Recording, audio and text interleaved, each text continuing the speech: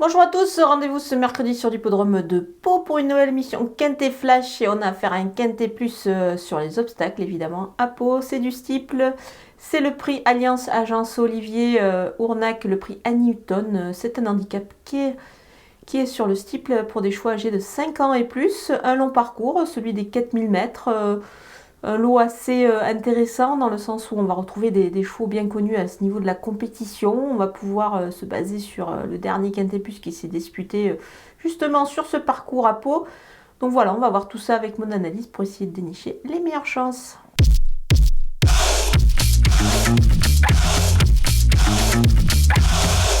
On attaque avec mes bases et le numéro 2, gage de réussite. Il est proche de sa course, ce cheval-là. Il devrait, à mon avis, fournir sa meilleure valeur ce mercredi.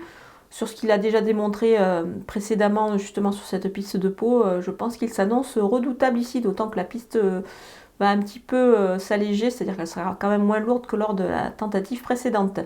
Le numéro 4, Marie Costala, efficace également sur la piste de Pau. Je trouve qu'elle se trouve pas mal dans ce handicap ici. Elle devrait pouvoir participer évidemment à l'arrivée. Voilà, on va la retenir assez haut ici. Le numéro 1, Anki the Best, il est chargé, mais il est prêt pour cette course, ce cheval-là. C'est un bon élément. Il vient d'ailleurs de gagner sur cette piste de Pau. Moi, je pense que c'est intéressant de le retenir aussi très très haut. On peut également le tenter sur le site theturf.fr en The Couillon, c'est-à-dire trouver le 4e de la course. Et pour cela, vous vous rendez sur le site, vous ouvrez un compte et vous utilisez le code promo FlashTurf pour bénéficier des 250 € de bienvenue. Les opposants avec le numéro 8, Black Boa, c'est un cheval qu'on connaît bien à ce niveau de la compétition. Il a évidemment la pointure Donatello, on le sait. Moi, je pense qu'on peut le reprendre en grande confiance ici et le garder assez haut. Le numéro 3, Avanea, elle a été pénalisée au poids suite à sa victoire récemment. Logiquement, sa marge est un petit peu plus réduite face à des concurrents qu'elle va retrouver ici avec un désavantage au poids. Maintenant, moi, je la pense capable de conclure une nouvelle fois à l'arrivée. Le numéro 9, Gaz Gaz, il monte logiquement de catégorie après sa victoire dans un handicap un petit peu moins relevé. Maintenant, le cheval est en forme, il est capable de encore accrocher une place ici. Le numéro 13, Lydian Well, je la reprends en confiance. Elle a des lignes quand même assez favorables. Je pense que si elle veut bien se montrer à son avantage, elle est capable de rivaliser ici. Donc on va la retenir pour une place.